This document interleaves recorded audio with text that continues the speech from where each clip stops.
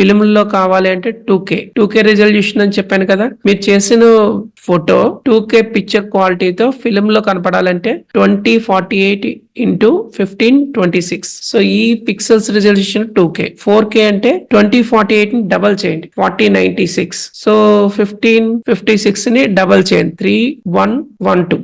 So ఈ pixels format లో అంటే 2K రెండు కలిపితే 4K అవుతుంది. సో అలాగే 8K. సో దీని 2K 4K 8K 8192 నుంచి 6224 పిక్సెల్స్ లో ప్రతిదానికి 72 ppi అని ఉంది చూడండి. 2K అయినా 72 ppi, 4K అయినా 8K అయినా @72 ppi pixels per inch, 72 pixels per inch. అలాగే దాని హైట్ ఎంత, విడ్త్ ఎంత. 2K కి 2048, 4K కి 4096, 8K కి 8192. సో మనకి ఇప్పుడు మూవీ థియేటర్స్ లో 8K మూవీస్ అనేవి రిలీజ్ అవ్వు. 2K ఉంటది, 4K ఉంటది క్వాలిటీ.